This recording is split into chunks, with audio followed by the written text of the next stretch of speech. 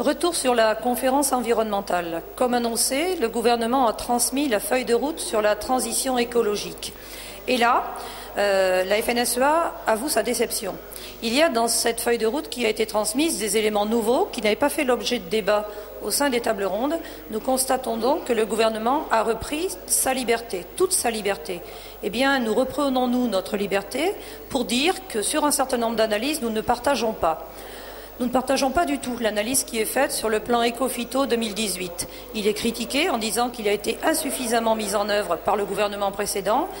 Quand on sait l'implication forte de la profession agricole, plus de 200 000 agriculteurs formés, plus de 2 000 fermes défis, des agriculteurs engagés nombreux pour étudier la réduction des impacts des phytos, je trouve que c'est une critique facile et qui n'est pas fondée. En tout cas, nous refuserons tout durcissement du plan Éco-Phyto.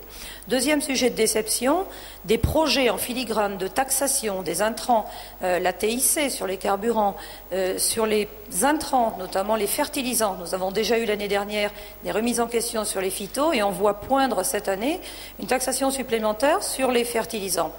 Des éléments complémentaires par rapport aux dérives d'épandage et la prise en compte des préoccupations des voisins. Comment ces éléments-là vont-ils être analysés? Bref, des rajouts.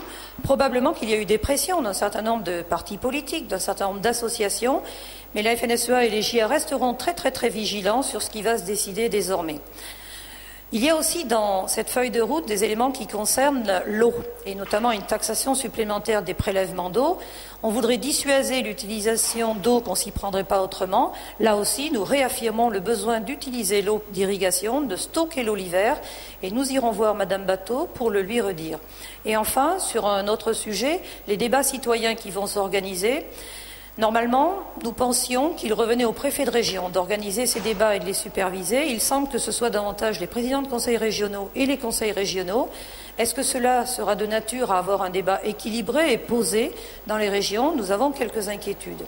Et j'oubliais un point auquel les agriculteurs sont très attachés, c'est le sujet du photovoltaïque. Retour du photovoltaïque, retour de la méthanisation, mais lorsque sur le photovoltaïque il est dit qu'il doit se développer sur les grands toits, nous avons peur que les bâtiments agricoles ne soient pas considérés comme assez grands. Citer par exemple les toits de la grande distribution, c'est bien, mais nous agriculteurs, nous avons aussi un potentiel de développement. Nous apprécions qu'il soit dit que ça ne doit pas se faire sur le foncier agricole, mais nous serons vigilants pour que les agriculteurs puissent encore rentrer dans ces dispositifs qui ont permis une diversification des revenus, mais aussi une modernisation de nos bâtiments. Donc nous avions dit que nous restions vigilants, nous l'avons lu à 100%, et donc dans les jours qui viennent, nous nous exprimerons une nouvelle fois.